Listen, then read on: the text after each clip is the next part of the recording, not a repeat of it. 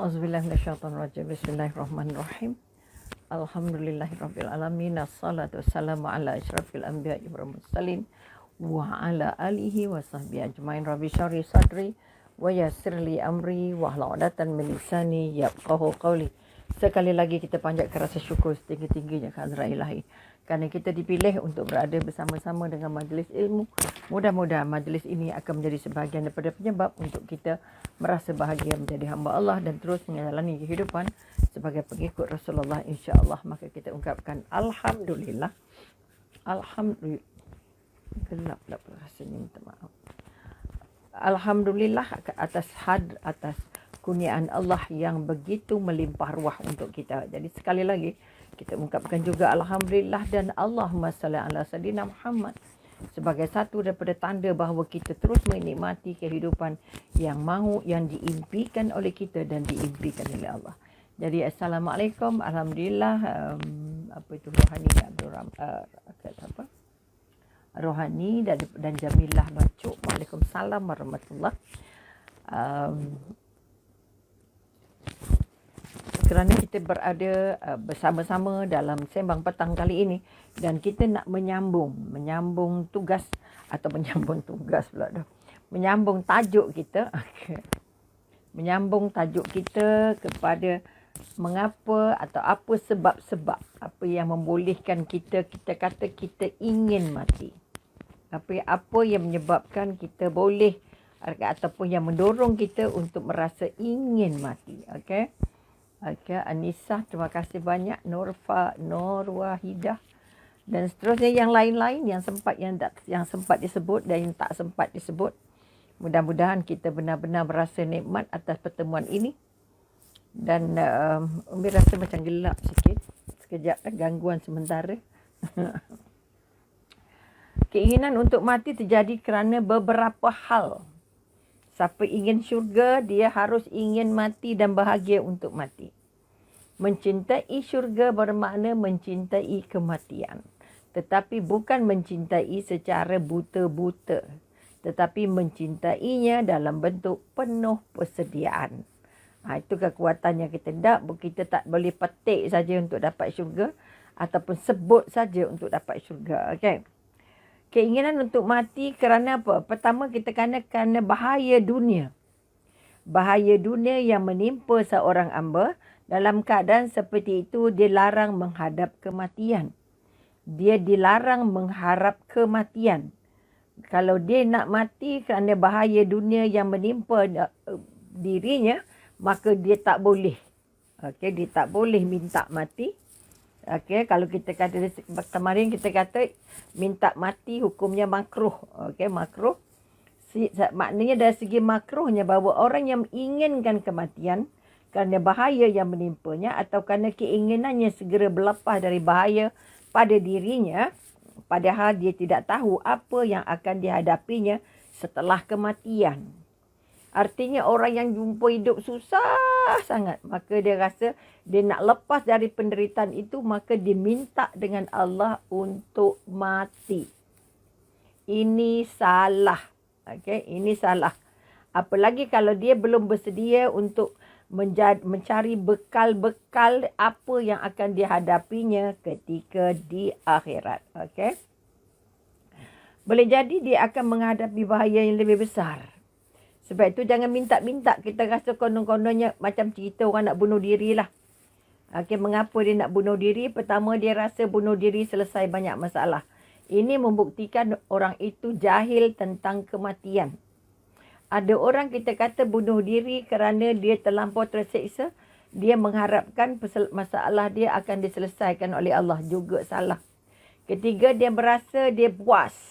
Dia puas dengan bunuh diri kerana dia melepaskan dirinya daripada siapa-siapa yang sama ada terlalu disukai atau yang tidak disukai.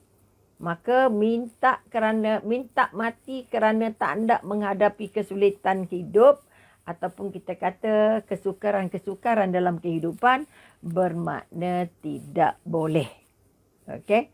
Selagi boleh hidup, selagi ada masalah, maka selagi itulah kita dikehendaki berusaha. Okey, ini kekuatan-kekuatan yang nak diangkat. Okey. Boleh jadi dia akan menghadapi bahaya yang lebih besar. Maknanya kalau dia tidak bersedia untuk mati, tidak tahu apa yang akan dihadapinya, dia mungkin dalam masa hidup dia susah, tapi dia lupa bahawa di dalam kematiannya nanti dia akan jumpa yang lebih susah. Ini yang kita paling takut. Dibandingkan bahaya yang menimpa dirinya. Kalau dah sakit macam ni mati lebih baik. Kalau dah susah macam ni mati lebih baik. Dah. Itu bukan ayat orang beriman. Ayat orang beriman selagi ada tenaga, ada usaha, ada hidup, ada nyawa, usaha. Okey? Maka kita katakan sehingga dia seperti orang yang mencari perlindungan dari terik panas yang menyengat tetapi tercebur dalam api bara. Dalam bara api. Maknanya kalau orang yang susah hidupnya, kehidupannya dalam keadaan penderitaan tapi dia minta mati, dia lupa mati juga akan menjadikan dia seperti jatuh dalam bara api. Okey? Maknanya kita kata dia berlindung. Maknanya katalah dia kena panas, kena susah.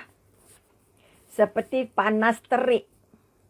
Jadi dia berusaha mencari perlindungan dan dia rasa dengan mati itu dia akan lebih terseksa. Bukan, dia akan lebih senang. Tidak, itu salah.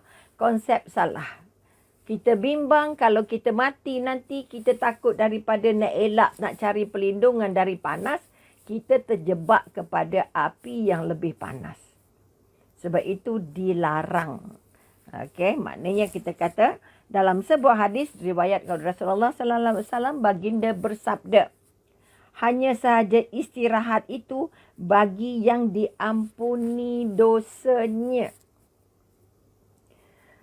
Maknanya orang yang belajar mengkaji bahawa di dunia ini bukan tempat istirahat. Dunia ini bukan tempat istirahat. Dan di akhirat juga belum tentu tempat istirahat kecuali mereka-mereka yang sudah diampuni dosanya. Yang sudah diampuni dosanya. Ingat tu. Kita berada di bulan Syakban, bulan Allah nak bagi ampunan. Bulan Allah nak bagi ampunan pada mereka yang bersih hatinya. Bersih niatnya, bersih cara hidupnya dan baik dengan Allah juga baik dengan manusia. Okey, ini kekuatan. Jangan ingat kalau hidup susah bila mati senang. Tak. Apa lagi yang tidak beriman dan yang tidak diampun. Yang baliknya istirahat adalah umat-umat yang terampun. Yang diampuni Allah, baru dia balik ke akhirat bermakna dia istirahat. Jadi siapa yang nak banyak-banyak rehat di dunia, Allah letihlah rehat sikit. Kita ni nak rehat ni. Jangan. Istirahat kita bukan di sini. Istirahat kita di sana. Dengan syarat kita sudah diampun. Kalau kita belum diampun, panas lagi. Okey, panas lagi panas, lagi penderaan, lagi hangat, lagi sakit. Oleh itu tolong ambil kira bahawa mohon ampun dengan Allah itu merupakan satu daripada modal untuk istirahat ketika di sana. Di sana tu di mana? Di akhirat. Ini kekuatan yang kita nak angkat. Okey? Maka sekali lagi kita nak jumpa Ramadan, yang berlayak masuk Ramadan ialah orang yang dapat ampunan ketika nisfu Sa'ban. Okay, orang yang tidak diampunkan dan tidak mengampunkan. Sebab itu kita kata orang yang memaafkan dan yang dimaafkan. Kalau kita yang berkuasa untuk memaafkan, maafkanlah. Kalau kita yang berkuasa minta maaf, mintalah. Kalau diminta, bagilah. Ini kekuatan yang nak diangkat. Kalau dia minta maaf, bagi. Kalau orang, kita kata pertama memberi maaf. Minta maaf itu mahal. Memberi maaf itu jauh lebih mahal. Jangan rasa kita besar sangat. Aku tak ampun dosa kamu dunia akhirat. Jangan. Siapa kita? Tak ada ayat. Kalau boleh orang beriman tak nak keluar ayat tu. Jahat macam mana pun orang anak kita, bukan jahat macam mana pun orang buat, zalim macam mana pun orang buat kita, tugas kita beri maaf supaya selesai di akhirat. Mana boleh maaf, sakit hati, wak, macam-macam ada. Okay? Jadi kekuatan yang nak dibangun ialah bagaimana kita nak memberi maaf dan bagaimana kita nak minta maaf. Waalaikumsalam semua. Ahli sembang petang makna apa kita kata?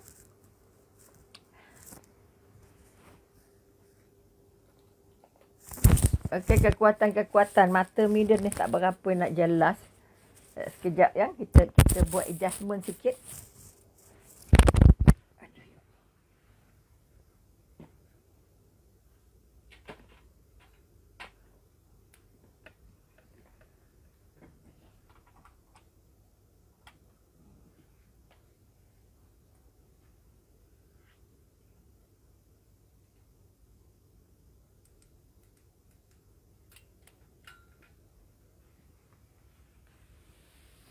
Okey. Ni nak bagi terang sikit. Supaya nampak apa yang dikitabkan. Maka kekuatan kita tadi apa? Kekuatan orang yang rehat ataupun dikatakan istirahat di sana. Okey. Adalah mereka-mereka yang sudah diberi ampun dan sudah diberi kemaafan.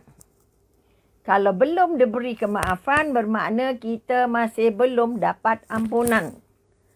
Jadi tolong ambil kira ini bulan-bulan Allah bagi ampunan. Bulan di mana Allah nak semak siapa hatinya paling bersih. Siapa yang paling senang memberi maaf, siapa yang paling senang minta maaf. Okay? Sebab itu tak ada forgive and forget. I can forget but cannot forgive. Jangan. I can forgive, I can forget. Macam mana kita nak mati yuk? Kita nak minta Fatihah dari orang mudah-mudahan. Okay? Waalaikumsalam warahmatullahi wabarakatuh. Mi. Okay? Fatihah. Okay? Mudah-mudahan kekuatan. Jadi sekali lagi ada nampak cerah sikit, maaf sikit. Okay? Maka kita katakan, ingatkan sekali lagi, orang yang mati dan beristirahat di sana ialah orang yang sudah berhempas pulas berusaha di dunia. Sebab itu orang yang masuk syurga tu syukur alhamdulillah kami bermati-matian berusaha beribadah semasa di dunia dan akhirnya kami dapat merasa nikmat dan balasannya. Okey? Kerana itu tidak layaklah dia meminta kematian kecuali dengan syarat bahawa hal itu lebih baik baginya di sisi Allah. Kita fikir kata lepas mati tu kita selamat. Tak. Sebab itu kita nak bangun balik kekuatan hanya orang yang paling takut. Bukan orang yang tak beramal. Orang yang paling banyak amal. Paling takut. Sebab itu Saudara Umar, Saudara Usman semasa menangis, semasa sakit yang membawa kepada kematian, dia kata apa? Kenapa kamu menangis wahai khalifah? Bukankah kamu sudah dijanjikan syurga oleh Rasulullah? Rasulullah, akhir hujan. Ruhani. Okey, selamat. Mudah-mudahan semuanya tenteram selepas ini. Bacalah selawat banyak-banyak. Minta dengan Allah. Ya Allah, turunkan keberkahan. Okey, di samping ribut-ribut ini. Okey. Kemudian kekuatan yang kita nak angkat. Maka sekali lagi, kekuatan yang nak dibangunkan ialah kita kata, jangan sampai kita merasa senang hati setelah kematian selagi belum bekerja keras. Okey, Waalaikumsalam Rafi'ah. Okay. Kemudian terima kasih kerana turut serta. Kemudian kita katakan apa? Keinginan untuk mati. Okey. Maka kita tak boleh minta mati kecuali sudah dijanjikan. Nabi dan para sahabat sudah dijanjikan syurga. Maka matinya mereka berebut-rebut untuk mati sebab itu berperang itu menjadikan satu ruang bagi mereka untuk cepat-cepat jumpa syurga.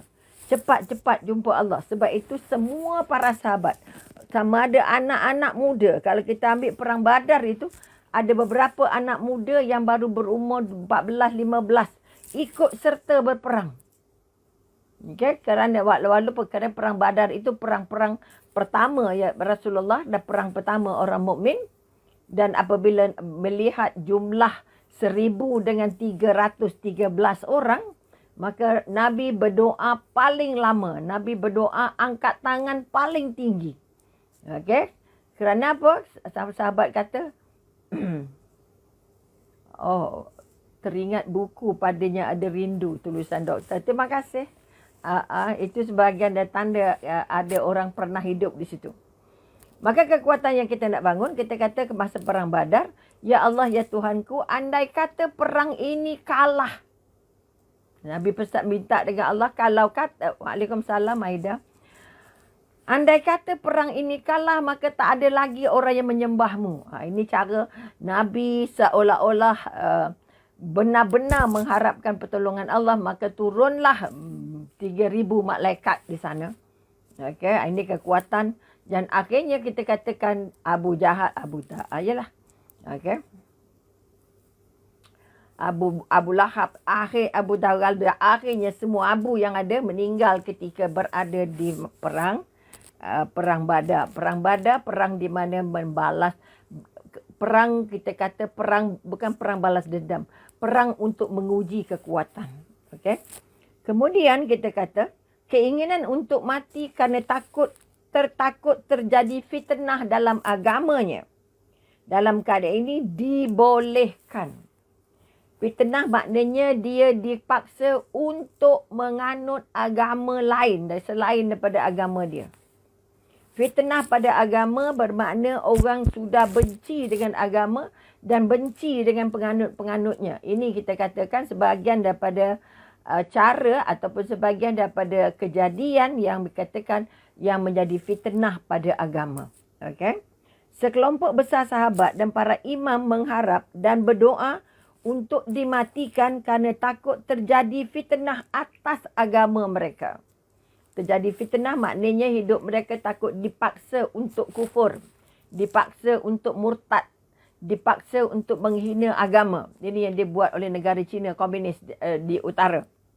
Dalam hadis Al-Mannan di mana Nabi bertemu Tuhannya, lihat Sunan At-Tirmizi dan Musnad Ahmad disebutkan, dan apabila engkau menghendaki terjadi fitnah atas sesuatu kaum, maka cabutlah nyawaku menghadapmu tanpa terkena fitnah.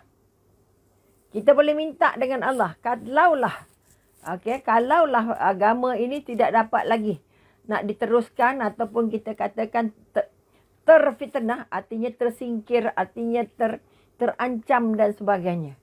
Kita tak nak kalau sampai kita, sebab itu kalau boleh kita nak mohon dengan Allah dari sekarang, ya Allah, ya Tuhan kami, jauhkan kami dari fitnah Dajjal. Kerana fitnah Dajjal itu memaksa kita untuk mengaku Dajjal sebagai Tuhan. Okey, ini yang kita kata fitnah. Jadi Dajjal itu boleh buat kemarau, boleh buat subur, boleh buat ada air, boleh buat tak ada air, boleh buat ada makanan, tak ada kemakanan. Ini yang kita kata tergugah agama, dan kalau boleh dalam keadaan begitu kita boleh minta mati. Okey, kalau kita tak mampu mempertahankan. Keinginan untuk mati ketika menyaksikan sebab-sebab kesyahidan. Okey, dalam hal ini dibolehkan. Okey, orang yang menghayati, menghargai mati syahid. Tapi tak ada peperangan, maka dia boleh minta nak mati syahid. Kerana merasakan keinginannya nilai yang tinggi diberi kepada yang mati syahid. Sebab itu para sahabat dulu pada Sayyidina Umar yang tidak pergi berperang, tetapi doanya minta mati syahid. Minta mati di Madinah, sedangkan di Madinah tak ada peperangan. Contoh sahabat kata, ya Amirul Mukminin, macam mana kamu nak minta mati syahid tetapi kamu tidak berperang, tidak pergi berperang, tidak berada di medan juang, tidak ada di badan perang. Okey, maknanya pada setengah-setengah perang. Sedangkan Sayyidina Umar antara panglima-panglima, singa padang pasir. Okey. Maka dia kata apa? Kita kekuatan yang kita nak angkat. Dia kata, aku nak mati syahid. Maka mati syahid boleh minta husnul khatimah, boleh minta, berdoalah. Berdoa dari sekarang. Jangan tunggu doa dah sakit. Ya Allah, Tuhanku, matikan aku dalam keadaan husnul khatimah. Okey, mati syahid, mati yang diberikan pelayanan terbaik. Itu yang diminta oleh Sayyidina Umar. Akhirnya dia mati syahid di dalam Masjid Madinah. Okey, ini antara bagaimana Allah menunaikan janji ataupun permohonan seorang hamba walaupun dia tidak berperang kerana dia sangat menginginkan untuk mendapat pahala syahid. Okey.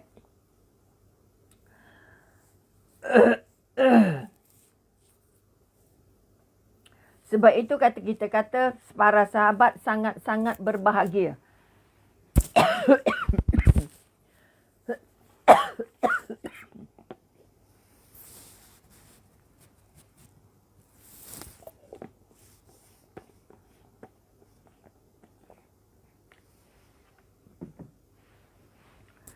Okey, sangat berbahagia untuk hadir dalam perang.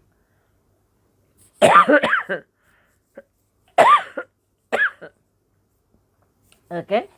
Kerana menghargai, menghayati, minat, suka sangat. Okey, mengagungkan. Begitu juga permintaan Mus'ab. So, apa nanti jap. Mu'az bin Jabal dirinya dan keluarganya untuk dimatikan dalam wabak penyakit taun yang melanda negeri Syam. Kata wabak, kalau wabak kita nak selamat dari wabak tapi kita tak mampu nak mengurus dengan baik, kita boleh juga minta mati dalam wabak. Sebab meninggal dalam wabak juga disebut sebagai husnul khatimah. Keinginan untuk mati bagi siapa yang yakin akan siapa yang yakin akan amalnya kerana rindu bertemu Allah. Azza wa Jalla. Hal ini pun dibolehkan juga dan dia juga dilakukan oleh banyak para salaf. Maknanya dia dah banyak, maknanya ibadahnya dah banyak sangat lah kita kata. Umi Salmah, Waalaikumsalam warahmatullahi. Dan pada yang lain-lain yang tak sempat dijawab salamnya juga, ya Allah ampun. Okey, kekuatan-kekuatan yang nak dibangun, maknanya orang yang meminta, kata yang sudah terjebak dalam wabak. Terjebak dalam wabak yang tak dapat nak diselamatkan lagi, maka kita boleh minta, ya Allah Tuanku selamatkan aku dari wabak ini dengan kematian.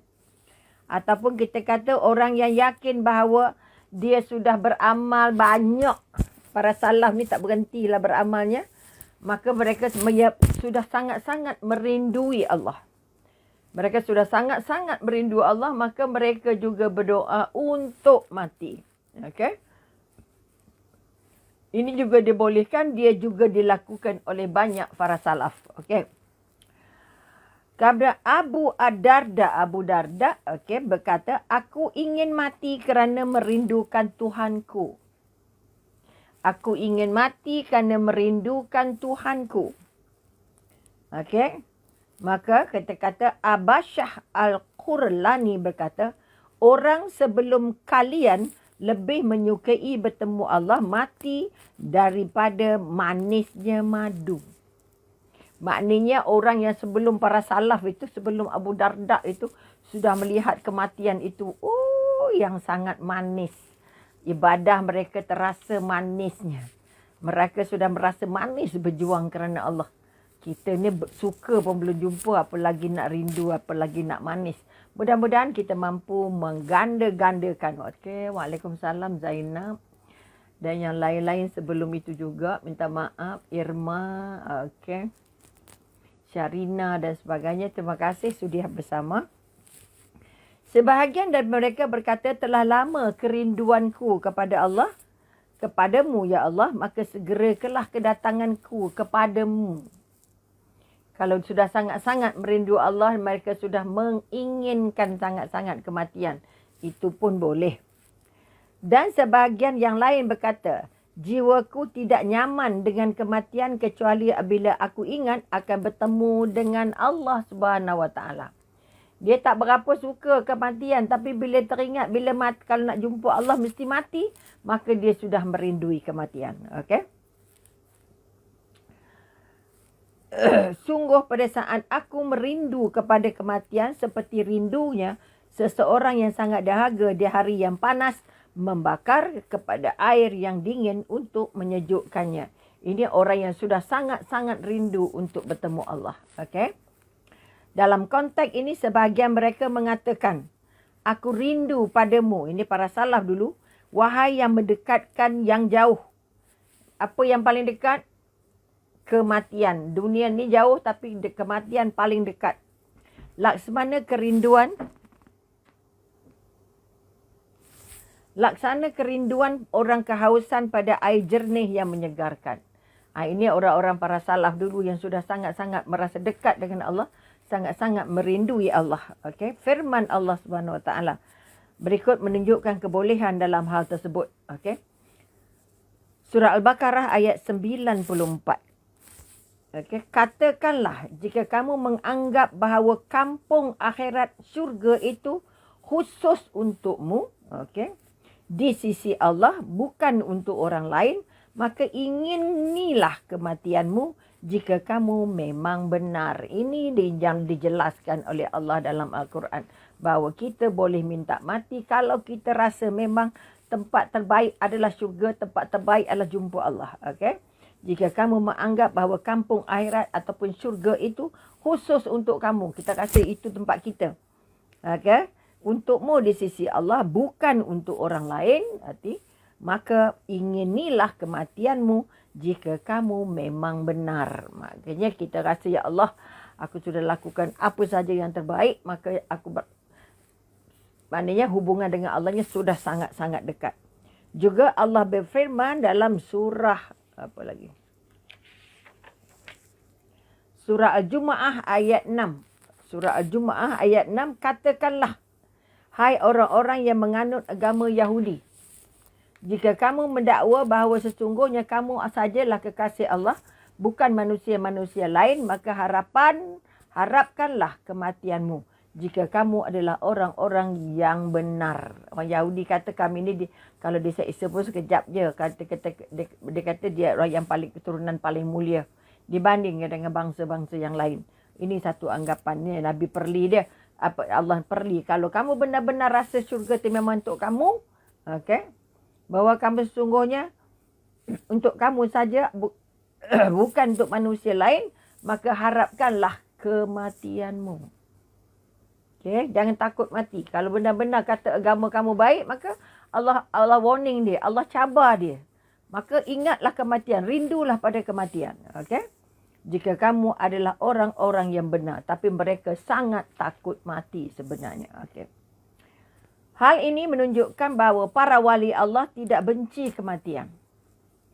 Para salaf, para wali, Allah hujan lebat, Allah doalah, ya Allah berkatilah, turunkan rahmat bersama hujan ini, ya Allah.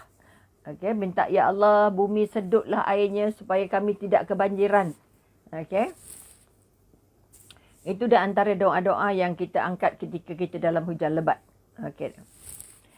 Kemudian mereka tidak akan mengharapkan kematian itu selama-lamanya disebabkan oleh kejahatan. Sebab itu kita kata Al-Jumu'ah ayat 7, tadi Al-Jumu'ah ayat 6.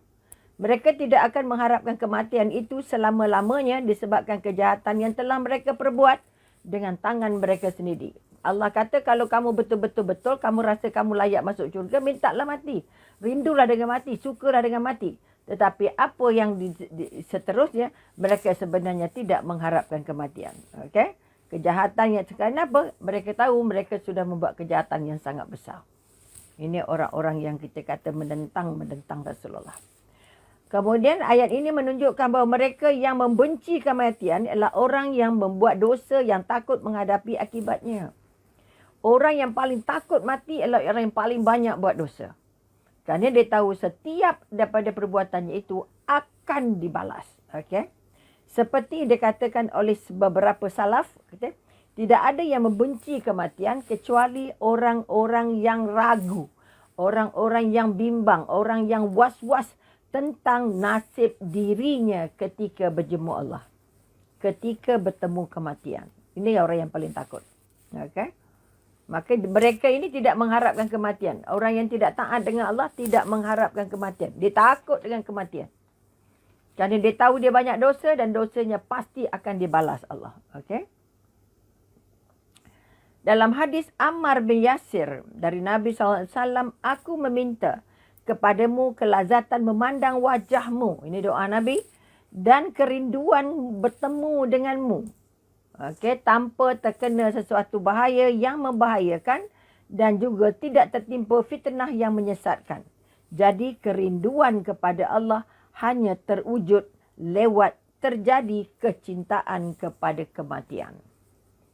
Maka kita kata kalau rindu Allah memang kita akan rindu dengan syurga. Maka di situlah kita katakan kita sangat-sangat mencintai kematian. Okey, sebab itu ketika Fatimah dibisikkan, Nabi berbisik kali pertama, Nabi berbisik kali kedua. Okey, kali pertama Nabi kata apa? Aku akan berangkat, hari ini hari terakhir. Aku tidak akan rasa sakit lagi, rasa penat lagi kerana aku akan dijemput. Maka Fatimah menangis. Okey. Tetapi bila bisikkan yang kedua, Rasulullah berbisik, kamulah ahli keluargaku yang paling cepat menyusul aku. Ketika itu Fatimah gembira. Kerana orang-orang yang baik ini tidak takut dengan kematian. Okey? Abu Bakar berkata kepada Umar radhiyallahu anhu dalam wasiatnya menjelang kematiannya. Ini wasiat Abu Bakar, khalifah kedua pertama yang menggantikan Rasulullah.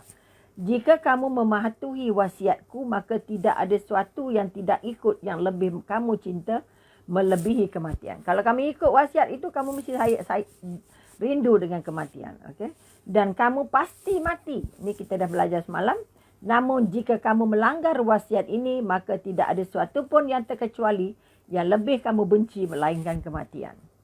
Aku bagi wasiat ini untuk jaga kamu. Kalau kamu suka dengan, kalau kamu buat semuanya, buat yang baik-baik, kamu akan merindu kematian. Tetapi kalau kamu tak ikut wasiat ini, maka kamu akan membenci kematian. Sebab itu orang-orang yang membuat maksiat benci dengan kematian. Maka kita ini antara tengah-tengah ni, okey, yang tengah-tengah yang baik sangat tidak, yang buruk sangat tidak ni. Tolong banyak-banyak bertaubat supaya kita termasuk dalam zon orang baik.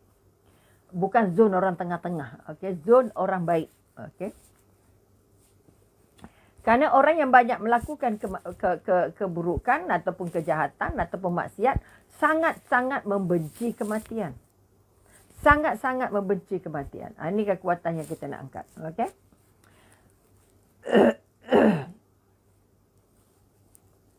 Bila Abu Bakar kata pada Sayyidina Umar, kalau kamu buat ikut wasiat aku, kamu akan cinta dengan kematian. Bila kamu langgar wasiat ini, kamu akan membenci kematian, sedangkan kematian itu pasti datang. Kata-kata kamu tidak mampu menolaknya. Pasti datang. Jadi nak ikut ke tak nak ikut. Okay? Itu dalam bentuk amarannya.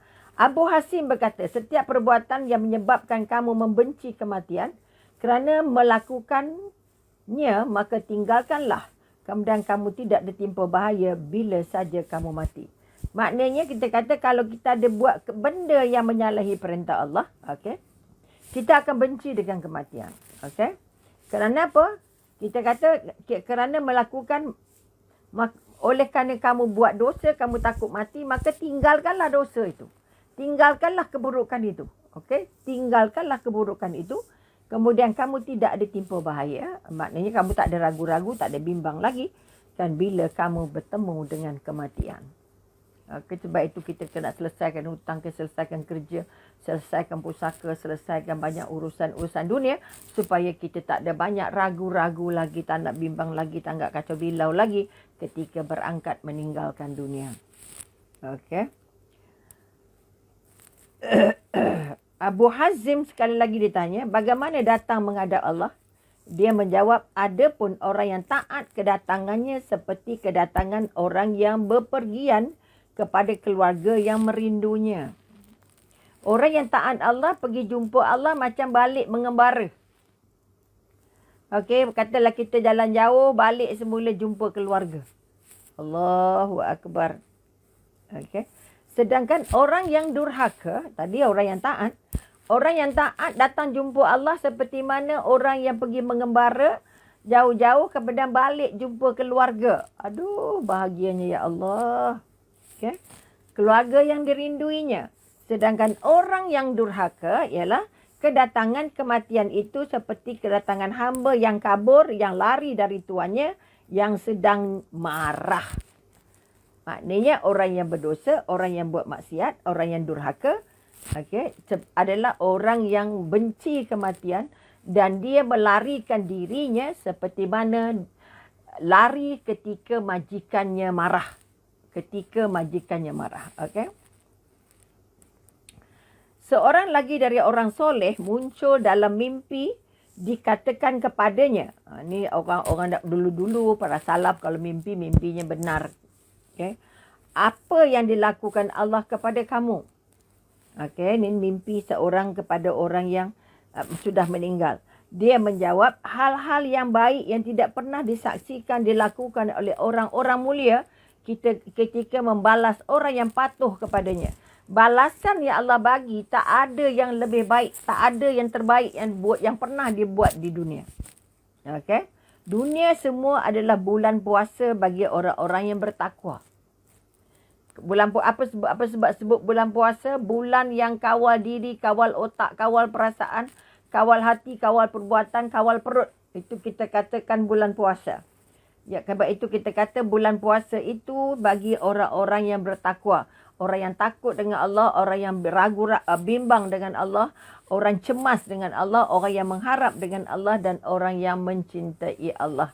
Orang yang taat dengan Allah, orang yang takut dengan Allah, orang yang bimbang dengan Allah, Allah terima ke tidak, orang yang mengharap dengan Allah dan orang yang merindui Allah. Itu dia kita katakan orang-orang bertakwa. Okey. Sedangkan waktu berbuka mereka adalah hari perjumpaan dengan Allah. Allahu Akbar. Seronoknya. Benar-benar orang, mereka benar orang yang berkata, aku puasa dari kesenangan dunia seluruhnya. Artinya tidak begitu gairah dengan kemewahan, tidak begitu gairah dengan kesenangan-kesenangan di dunia. Dan pada hari bertemu engkau, itulah buka puasaku. Maknanya hidup dalam keadaan paling sederhana. Dan menjaga diri sebagaimana menjaga dirinya ketika di bulan Ramadan. Ketika di bulan puasa. Ketika sedang berpuasa. Dan dia melihat kematian itu seperti mana orang yang berpuasa untuk berbuka puasa. Bahagia sangat. Okay? Al-Hafiz Ibn Hajar berkata, janganlah mengharapkan, namun ketika dia menimpanya, yakni kematian, tidak dilarang untuk mengharap kerana rela bertemu dengan Allah dan tidaklah orang yang memohon hal itu kepada Allah untuk tujuan itu termasuk larangan. Kalau maknanya kita katakan, kalau boleh kita janganlah mengharapkan. Tetapi dia akan datang. Dia pasti akan datang. Jadi bila datang, maka terimalah dengan rela kerana kita akan bertemu Allah. Siapa yang rindu nak berjumpa Allah, maka kematian itu merupakan satu kebahagiaan. Okay? Maka kita katakan, dan tidaklah orang yang memohon hal itu kepada Allah untuk tujuan itu termasuk larangan. Dia tak berapa juga. Maknanya dia tidaklah berdoa-doakan untuk mati. Tapi dia tahu dan pasti. Dengan ilmunya, pasti mati itu pasti. Tetapi dia menerima kematian itu dalam bentuk dia merasa inilah jalan untuk aku bertemu Allah. Dia menerimanya dengan rela. Maka ini tak apa-apa. Al-Bukhari menyebut hadis Abu Hurairah dari Aisyah, ya Allah, ampunilah aku, berilah rahmat kepadaku dan susullah aku kepada Ar-Raqib. Ini teman-teman yang memati, yang maha tinggi Allah. Sebagai isyarat bahawa larangan itu khusus pada keadaan sebelum datang kematian. Maka Al-Bukhari mengatakan apa kata? Dia nak minta pertama, dia ampun. Ampunilah aku. Berilah rahmat kepadaku, berilah kasih sayang. Susullah aku kepada Allah. Artinya mudahkan jalan untuk berjumpa Allah. Pertama, maafkan dulu. Sebab itu kita nak bangun balik. Kita kata setiap kali sujud, jangan biarkan sujud kita kosong. Jangan biarkan sujud kita kosong. Seketika sujud, mintalah 3 doa. Pertama, minta ampun. Kedua, minta istiqamah. Dan yang ketiga, minta mati husnul khotimah. Mudah-mudahan sedikit yang kita bincangkan hari ini. Dengan waktu yang ada. Kita dapat mengharapkan bahawa tidak salah minta mati kalau keadaan-keadaan mengizinkan. Kalau betul-betul kita kata alasannya alasan yang boleh diterima Allah. Jadi mudah-mudahan kita tidak beria-ria sangat menghadap mati, tapi kita bersedia. Kita tidak beria-ria minta, tapi beria-ria bersedia. Ini cerita orang Perak. Maknanya kita kata kita nak bangun balik. Saya tidak minta mati tetapi saya tahu mati akan datang, maka saya sibuk bersedia untuk menghadapi kematian itu. Ini di antara prinsip-prinsip yang kita nak pegang sebagai orang-orang yang beriman dan orang-orang yang bertakwa. InsyaAllah kita merupakan apa kita kata, semua ahli sembang petang diharapkan terus merasakan bahawa kematian itu akan hadir bila-bila masa, maka kita tak ada ruang untuk dibuang, untuk membantu proses kematian kita. Di hujungnya adalah keadaan yang membahagiakan, insya-Allah, iaitu syurga. Doakan semua anak sembang petang akan terus diberikan hidayah, petunjuk dan kekuatan oleh Allah agar terus merasakan kematian itu dekat, kematian itu pasti, dan usaha mesti lipat gandakan. Kerana kita tidak tahu bila kematian itu akan datang kepada kita. Tapi tugas kita paling besar adalah bersedia. Menyediakan bekal untuk hidup dan menyediakan juga bekal untuk hidup di sana. Pertama, untuk menyediakan bekal hidup di dunia, dan kita juga mesti menyediakan bekal untuk hidup di dunia yang namanya akhirat, insya-Allah. Jadi sampai di sini dulu. Musuh 10 jari mohon ampun dan maaf. Anda kata ada yang tak kena di mata dan di hati. Yang cantik hadiah dari Allah, yang tak cantik atas kelemahan misri. Sekali lagi, sama-sama kita ungkapkan Alhamdulillah atas karunia dan kenikmat ini. Dan akhirnya kita minta bahawa Allah akan terima ibadah ini. Maka sekali lagi latihlah diri untuk terus bertaubat dan juga berzikir menyebut nama Allah. Berselawat banyak-banyak kerana taubat itu adalah pencuci ataupun kita kata keloroknya, pencucinya, dan zikir-zikir dan juga selawat-selawat itu adalah pewangi-pewanginya. Mudah-mudahan kita terus menjadikan taubat sebagai satu tuntutan dan dibuat setiap hari, kerana kita akan mendapat ampunan dari Allah daripada orang yang sudah bertaubat dengan segala dosa yang dia lakukan. Mudah-mudahan Allah terima taubat kita, insya-Allah. Jumpa lagi, wabillahi taufiq wal hidayah. Wassalamualaikum warahmatullahi taala wabarakatuh. Insya-Allah.